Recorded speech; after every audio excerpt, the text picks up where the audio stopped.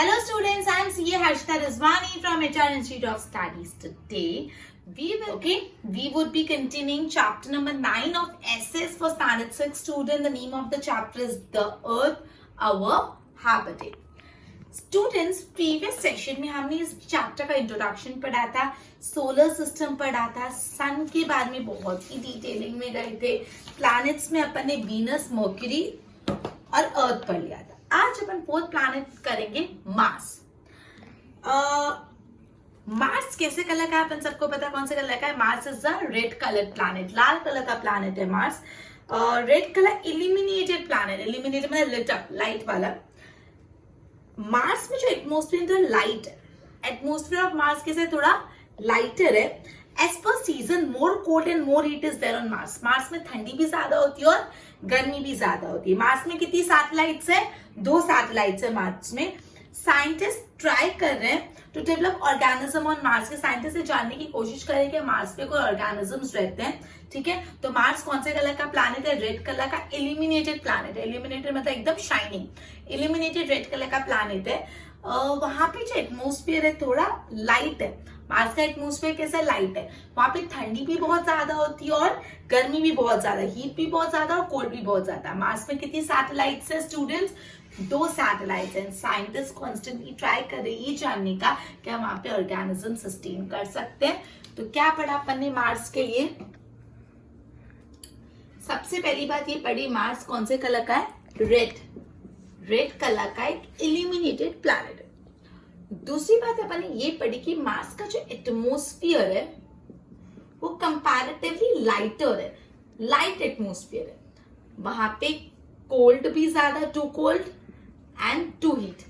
Cold भी ज्यादा और हीट भी ज्यादा. कितनी सैटेलाइट है स्टूडेंट्स मार्स में? 2 सैटेलाइट्स है. क्लियर? और साइंटिस्ट कॉन्स्टेंटली ये ट्राई कर रहे हैं जानने के लिए क्या मार्स पे लाइफ पॉसिबल है. नेक्स्ट है जुपिटर. जुपिटर येलोइश कलर का प्लैनेट है. Light yellowish white planet. देखो, लाइट येलोइश व्हाइट प्लैनेट है. जुपिटर का जो एटमॉस्फेयर है ना, जुपिटर इज गैसेस एटमॉस्फेयर है. जुपिटर के आजू बाजू गैसेस एटमॉस्फेयर मतलब बहुत सारा गैस कंटेंट है एटमॉस्फेयर में. ये प्लैनेट माना जाता है कि बहुत ठंडा है. जुपिटर बहुत ठंडा माना जाता है. अगर आपको पूछे which planet is believe to be very cold तो क्या लिखोगे? जुपिटर. और जुपिटर पूरे सोलर सिस्टम का सबसे बड़ा प्लैनेट है. सबसे लार्जेस्ट, सबसे बड़ा प्लैनेट जुपिटर. सबसे नजदीक कौन सा प्लैनेट है सन से? मर्क्यूरी. दोनों डिफरेंट है. सन से सबसे नजदीक मर्क्यूरी है, लेकिन जो सबसे बड़ा प्लैनेट है वो जुपिटर है. क्लियर? जुपिटर में 79 सैटेलाइट्स है. कितनी? 79 सैटेलाइट्स है. ओके, आप ये प्लैनेट को बाइनोकुलर्स की मदद से देख सकते हो.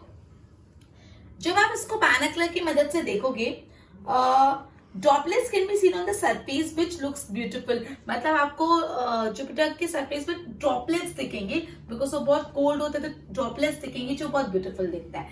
तो जो जुपिटर है वो लाइट येलोइश व्हाइट कलर का प्लैनेट है. जो जुपिटर है वहां का एटमॉस्फेयर कैसा है? Gaseous atmosphere. सो अगर आपको फिलिंग द ब्लैंक्स में पूछे Jupiter has a dash atmosphere around it. कैसा एटमॉस्फेयर है जुपिटर के यहाँ पे? Gaseous atmosphere. और मार्स में कैसा एटमॉस्फेयर था? Light atmosphere. राइट? जुपिटर को बहुत ठंडा प्लैनेट माना जाता है और जुपिटर को सबसे बड़ा प्लैनेट माना जाता है, सबसे लार्जेस्ट प्लैनेट. जुपिटर में 79 satellite and if you want आप बाइनोकुलर्स की मदद से जुपिटर को देख सकते हैं. When you see with the help of binocular वहां पे आपको वाटर के ड्रॉपलेट्स दिखते हैं, जो वाटर ड्रॉपलेट्स दिखते हैं जो बहुत ब्यूटीफुल दिखते हैं. क्लियर? तो जुपिटर, तो सबसे पहले क्या बताया जुपिटर में? फर्स्ट पॉइंट उसका कलर बताया. कौन से कलर का है Jupiter? Light yellowish white. Light yellowish white colour का प्लैनेट है. जुपिटर के आजू बाजू जो एटमॉस्फेयर है वो कैसे? Gaseous atmosphere. सो राइट कि वहां पे जो एटमॉस्फेयर है गैशियस एटमॉस्फेयर है. आपको फिलिंग द ब्लैंक्स में पूछ सकते हैं Jupiter has a dash atmosphere around it. तो कैसा? Gaseous atmosphere. जुपिटर जो है वो बहुत ठंडा प्लैनेट माना जाता है. साथ ही साथ तो सबसे लार्जेस्ट प्लैनेट भी है. सबसे ठंडा प्लैनेट पूछे तो भी आंसर जुपिटर, सबसे लार्जेस्ट प्लैनेट पूछे तो भी आंसर जुपिटर. स्टूडेंट्स जरा बताओ तो कितनी सैटेलाइट है जुपिटर में? यस, 7979 सैटेलाइट है। एंड आप जुपिटर को किसकी मदद से देख सकते हो? With the help of binoculars, right? आप जुपिटर को देख सकते हो with the help of binoculars. ठीक है, चलो मुझे बताओ मार्स में कितनी सैटेलाइट थी? 2। Well done. चलो बीच बीच में से कुछ भी पूछ लूंगी। चलो आप अपन पढ़ते हैं सैटर्न के बारे में। तो सैटर्न जुपिटर और यूरानस के बीच में कैसा पॉइंट हुआ? ऑब्वियसली सैटर्न के ऊपर जुपिटर और सैटर्न के बाद यूरानस। पोजीशन बताइए। सेकंड लार्जेस्ट प्लैनेट है, मतलब जुपिटर सबसे बड़ा, जुपिटर के बाद सेकंड लार्जेस्ट कौन सा है? सैटर्न। क्लियर? सैटर्न में बहुत ब्यूटीफुल रिंग्स होते हैं ब्लू कलर के। सैटर्न में क्या होता है? ऐसे रिंग्स होते हैं ब्लू कलर की। आपको देखो, आपको फिगर 9.1 देखोगे ना, 9.1 में आपको सैटर्न में रिंग दिख रहे हैं, ऐसे गोले रिंग्स है, ब्यूटीफुल रिंग्स है वहां पे ब्लू कलर के। It look different because of ring. Saturn है ना, सारे प्लैनेट से अलग क्यों दिखते हैं? उनकी रिंग के कारण। तो ऐसे ही पूछ सकते हैं why Saturn look different from other planet? क्योंकि उनमें एक ब्यूटीफुल रिंग्स है। Clear? This rings look like a turban bone on the head. कह सकते हैं सर पे पगड़ी पहनते हैं ना, जैसे लगते हैं। रिंग्स कैसे लगते हैं? जैसे सर पे पगड़ी पहनी हुई। This rings look like a turban on the head. Saturn को दूसरा नाम क्या बोले? Turban planet. सैटर्न का दूसरा नाम है टर्बन प्लैनेट बिकॉज उसमें रिंग्स और रिंग्स लगता है, पगड़ी है, टर्बन है। सैटर्न में स्टूडेंट 6 to 62 सैटेलाइट है। आपको हर प्लैनेट की सैटेलाइट क्या रखनी है? कितने सैटेलाइट है? 62 सैटेलाइट है। और सैटर्न का जो सरफेस टेम्परेचर वो थोड़ा कम है because of its distance from the sun. Sun की डिस्टेंस, सन से दूर आ जाता है ना सैटर्न, तो वहां पे टेम्परेचर थोड़ा कम रहता है। ठीक है, तो सबसे पहली बात जो आपको ध्यान रखनी है सैटर्न के लिए, सैटर्न की पोजीशन क्या है? सैटर्न की position, it is located between Jupiter and Uranus. दूसरी बात, सैटर्न सेकेंड लार्जेस्ट प्लैनेट है। कौन से नंबर का? सेकेंड। तो फर्स्ट कौन सा है? जुपिटर, है ना? Well done. अब एक और चीज, सैटर्न के आजू बाजू ब्यूटीफुल ब्लू कलर की रिंग्स है और इस वजह से सैटर्न दूसरे प्लैनेट से डिफरेंट दिखता है ना? और ये जो रिंग्स है कैसी दिखती है? टर्बन जैसी दिखती है, जैसे टर्बन पहन रखा है हेड पे, इसलिए सैटर्न का दूसरा नाम क्या है? Turban planet. कितना सिंपल। ठीक है, अब सैटर्न की सैटेलाइट जरा बताओ। 62। Well done. और सैटर्न का टेम्परेचर लो रहता है बिकॉज वो थोड़ा दूर आ जाता है। चलो मेरे को मून की मार्स की सैटेलाइट बताओ कितनी है मार्स में? जुपिटर में कितनी है? 79। एंड सैटर्न में 62। अर्थ पे 1। कौन सी? मून। मर्क्यूरी पे? मर्क्यूरी पे कोई सैटेलाइट ही नहीं है। Very good, very good. Mercury पे तो कोई सैटेलाइट ही नहीं है। गुड। चलो तो अभी अपन सैटर्न को पढ़ते हैं। यहाँ पे सैटर्न का ब्रीफिंग लिख देते हैं। सबसे पहले सैटर्न की पोजीशन जरा बताना मुझे, कहाँ है? जुपिटर और यूरेनस के बीच में। कौन से नंबर का प्लैनेट है? Second largest planet. और कौन सी अलग बात है? तो रिंग्स, रिंग्स है ना, यहाँ पे रिंग्स है। कौन से कलर की रिंग्स है? ब्लू कलर की। और इसी वजह से ये प्लैनेट कैसा दिखता है? अलग दिखता है, डिफरेंट दिखता है, थोड़ा हटके, डिफरेंट, है ना? सो अगर पूछे कि why Saturn look different from other planet, तो क्या लिखोगे? Because of it's beautiful blue colour rings. अब बताओ ये जो रिंग्स है उनको कैसी लगती है? Turban on the head. भूल गए? Turban on head. और इसी वजह से सैटर्न को दूसरा नाम है टर्बन प्लैनेट। कैसा लगता है? Turban planet. ठीक है, नाम है तो है टर्बन प्लैनेट। और बच्चों कितनी सैटेलाइट है? 62 सैटेलाइट। ये मैं बार बार इसलिए नहीं बोल रही कि मुझे मजा आ रहा है, मैं इसलिए बोल रही हूँ कि आपको लर्न। क्लियर? वहां का टेम्परेचर लो है वो मैं लिखती नहीं। ठीक है, अब आ जाते हैं लास्ट में, लास्ट सेकंड, यूरेनस। ठीक है, यूरेनस थोड़ा दूर हो गया सन से। Sorry, it is so far from the earth that it could not be seen with the help of ordinary binocular. अब अर्थ से यूरेनस दूर हो जाता है तो आप यूरेनस को सिंपल बायनोकुलर से नहीं देख सकते। तो गाइस इंपॉर्टेंट, अगर आपसे पूछे can Uranus be seen with the simple binoculars from earth, and the answer is no.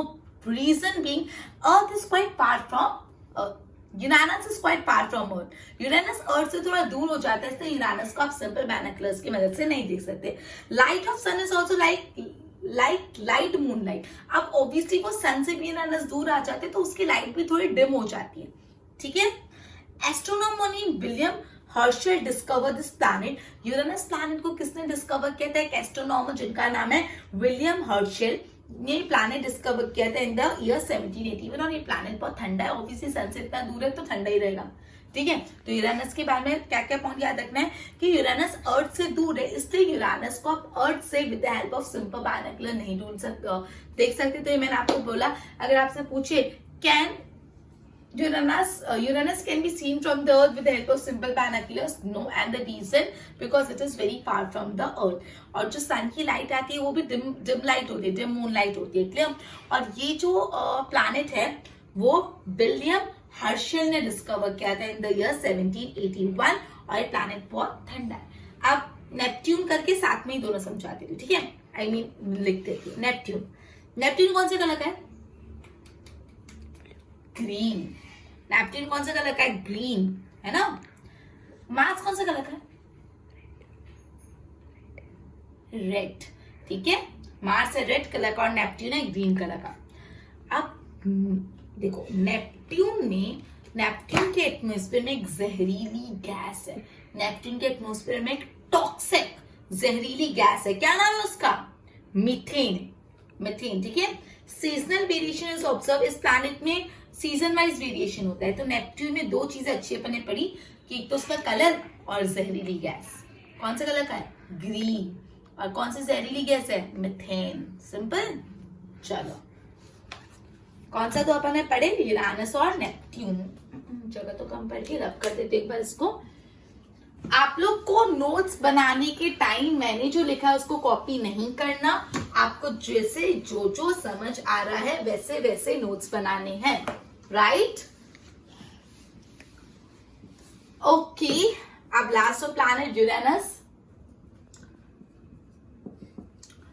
Uranus earth से नहीं देखा जाता with the help of simple binoculars. क्यों? क्योंकि वो अर्थ से दूर है. जो सनलाइट भी डिम आती है यहाँ पे. ठीक है. उसके बाद किसने डिस्कवर किया? एक एस्ट्रोनॉमर है जिनका नाम है विलियम हर्शल. कौन से साल में? 1781 में. Dam sorry. और ये प्लैनेट कैसा है? ठंडा है. कोल्ड. ठंडा कूल. क्यों ठंडा है? क्योंकि सन से दूर है. फिर आ जाता है नेपट्यून. कौन से कलर का है? ग्रीन. मार्स कौन से कलर का है? रेड. मार्स में कितनी सैटेलाइट है? 2. जुपिटर में कितनी सैटेलाइट है? 79. और यूरेनस में कितनी सैटेलाइट? सॉरी, सैटर्न में कितनी सैटेलाइट है? 62. मैं ही कंफ्यूज हो गई. ठीक है. सैटर्न में 62 सैटेलाइट. यहाँ पे एक टॉक्सिक गैस है. क्या नाम है इस टॉक्सिक गैस का? मीथेन. तो ये अपन ने पूरा कंप्लीट कर दिया प्लैनेट. अब मैं काम करती हूँ, जस्ट अ मिनट. इसमें से ना कुछ 4-5 पहले क्वेश्चन पूछ लेती हूँ, फिर अपन आगे मीटियोर्स और कॉन्स्टलेशन पढ़ते हैं. चलो फटाफट 5 क्वेश्चन पूछ लो.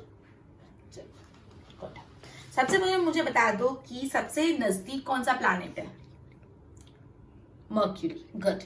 सेकंड मुझे बता कौन से प्लैनेट को अर्थ का ट्विन बोला जाता है? Your time ends in 3, 2, 1.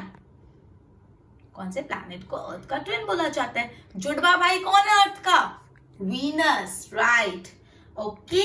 उसके बाद मुझे बताओ कि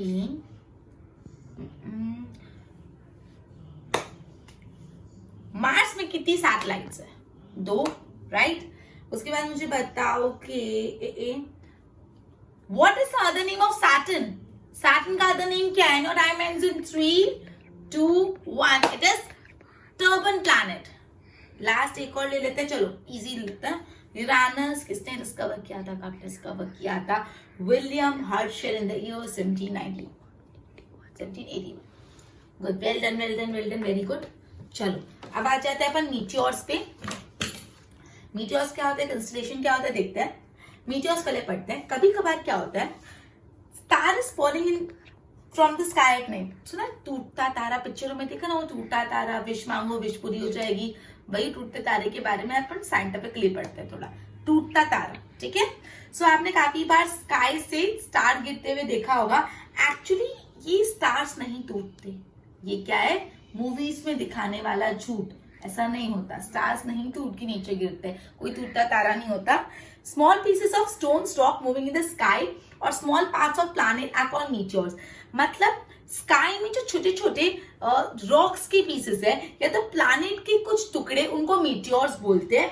एंड ये meteors are quickly drawn towards the earth because of gravitational force. और ये मीटियोर्स जो है वो अर्थ में आने की कोशिश करते हैं ग्रेविटेशनल फोर्स के कारण। और जैसे ही वो अर्थ में आते हैं, अर्थ के एटमॉस्फेयर में जो फ्रिक्शन है उससे वो जल जाते हैं, इग्नाइट हो जाते हैं, जल जाते हैं। और इस टाइम पे आपको स्काई से एक ब्राइट लाइट आती हुई दिखती है, जिसको हम लोग बोलते हैं कि तारा टूट रहा है। ठीक है, वापस बहुत जल्दी हो गया ना, वापस टूटता हुआ तारे की सच्चाई आज अपन जानेंगे। अपन ने ये पढ़ा है कि ये सुना है कि तारा टूटता है, विश मांगते हैं, विश पूरी हो जाते हैं। तो बस स्टूडेंट पहली बार, वो टूटता हुआ तारा नहीं होता, ठीक है, वो फॉरेन स्टार नहीं होता, वो एक्चुअली मीटियोर्स होते हैं। अभी मीटियोर्स क्या होते हैं, स्काई में ना, मतलब कुछ रॉक्स के पीसेस होते हैं, तो प्लैनेट का कुछ टुकड़े होते हैं, इसको मीटियोर्स बोलते हैं।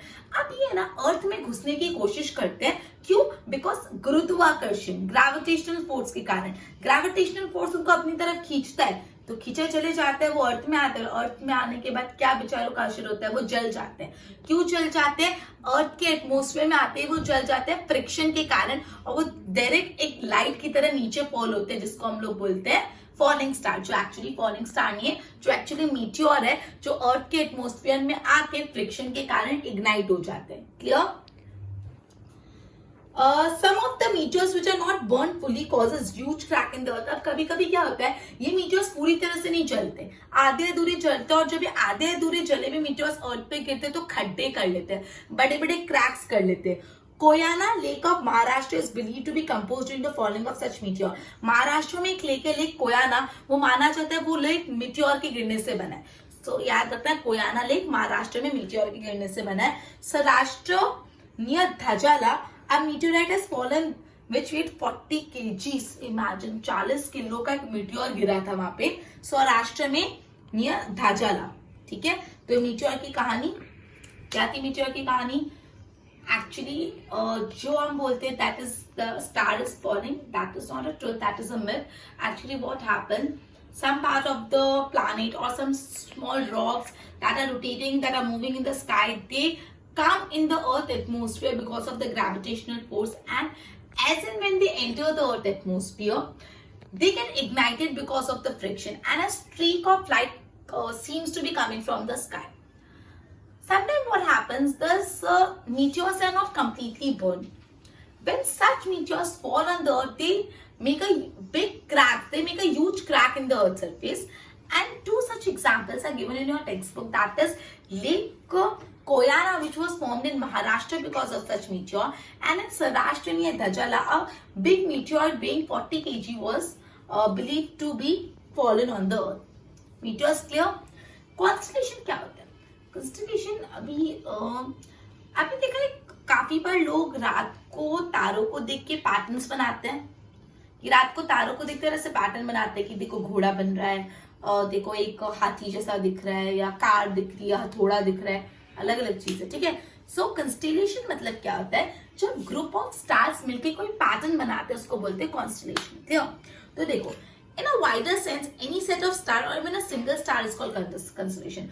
कुछ सेट ऑफ स्टार्स मिलके या कभी एक सिंगल स्टार भी कंस्टेलेशन बनाता है। सम ऑफ द कंस्टेलेशन कोई स्पेसिफिक शेप होता है because of mass of stars. It sometime look like a goose and sometimes like a eagle, कभी वो ईगल कभी गूस जैसे लगते हैं। टोटल कितने कंस्टेलेशन है स्टूडेंट्स? 27 कंस्टेलेशन है। तो सबसे पहले हम ये ध्यान रखना, कंस्टेलेशन होता है क्या है? कंस्टेलेशन जो बहुत सारे स्टार्स मिलकर एक पैटर्न बनाते हैं उसको कंस्टेलेशन बोलते हैं। टोटल कितने कंस्टेलेशन है? 27 कंस्टेलेशन है। Like Ashwini, Revati, Vishakha, Punarvasu, Orion, Rohini, Pushya, Arya, Swati etcetera. अब आपको इतने 27 तो सारे नहीं देंगे, पर जितने दिए ना उसमें से मिनिमम 5-6 लर्न कर लो। कि क्या पता अगर पूछे नेम सम कॉन्स्टलेशन तो 6 आने चाहिए अपन को, जैसे रेवती, विशाखा, ओरियन, ये सब, ठीक है। 2 or 3 constellations surround the moon for which we have to 2 or 3 constellation surrounds the moon for which we have to look at sky continuously। 2 या 3 constellation है जो हमेशा मून के बाजू आजू बाजू ही होती है, ठीक है। Remembering the name of constellation is not easy, but they can be easily memorized by repetitive viewing and understanding। ये तो कुछ नहीं। Some names are remembered as they are associated with the auspicious work, like at the time of Pushya constellation gold and silver is purchase. मतलब कुछ constellation का नाम remember करना थोड़ा टफ है, लेकिन कुछ ऐसे कॉन्स्टेलेशन है जिससे आप कुछ रिमेम्बर कर सकते हो। जैसे पुष्या कॉन्स्टेलेशन के टाइम गोल्ड और सिल्वर की खरीदी की जाती है, ठीक है। इसमें इतना कुछ आपको दिया नहीं। कॉन्स्टेलेशन क्या होता है, जब ग्रुप ऑफ स्टार्स मिलकर कोई पैटर्न बनाते हैं उसको कॉन्स्टेलेशन बोलते हैं। 27 कॉन्स्टेलेशन है, कुछ कॉन्स्टेलेशन के नाम लिए हैं। अभी इसमें सप्तऋषि नहीं दिखाया हुआ, जो एक इंपॉर्टेंट कॉन्स्टेलेशन है सप्तऋषि। पता नहीं नेक्स्ट सेशन में नेक्स्ट स्टैंडर्ड में आएगा शायद से, आपको सप्तऋषि कंस्टेलेशन के बारे में याद चुका होगा, ठीक है। 3-4 यहाँ पे नाम दिए। कंस्टेलेशन का नाम रिमेम्बर करना टफ है, लेकिन कोई कंस्टेलेशन कोई पर्टिकुलर इवेंट से एसोसिएटेड रहती है। जैसे पुष्या कंस्टेलेशन है, वो उस टाइम में गोल्ड और सिल्वर परचेज किया जाता है। क्लियर? ओके, तो स्टूडेंट्स अपन ने आज 1 2 3 4 5 प्लैनेट्स पढ़े और मीटियोर्स और कंस्टेलेशन के बारे में पढ़ा, ठीक है। मार्स पढ़ा, जुपिटर, सैटर्न, यूरेनस पढ़ा, नेपच्यून भी पढ़ा। और मीटियोर्स क्या होते हैं, कंस्टेलेशन। एक बार वापस मीटियोर कंस्टेलेशन, मीटियोर्स क्या होता है, जो मीटियोर्स प्लैनेट के कुछ टुकड़े या रॉक्स जब अर्थ में एंटर करते हैं तो अर्थ के फ्रिक्शन के कारण वो जल जाते हैं और एक लाइट जैसे फॉल होते हैं, उसको बोलते हैं मीटियोर्स। कभी कभी मीटियोर्स पूरी तरह से नहीं चलते तो क्या होता है, क्रैक्स हो जाते हैं। कॉन्स्टेलेशन क्या होता है, जब स्टार्स मिलके कोई पैटर्न बनाते हैं उसको कंस्टेलेशन बोलते हैं। टोटल 27 कंस्टेलेशन है। आगे अपन स्टार्ट करेंगे location and shape of earth, लेकिन अपने नेक्स्ट सेशन में। Till then good bye.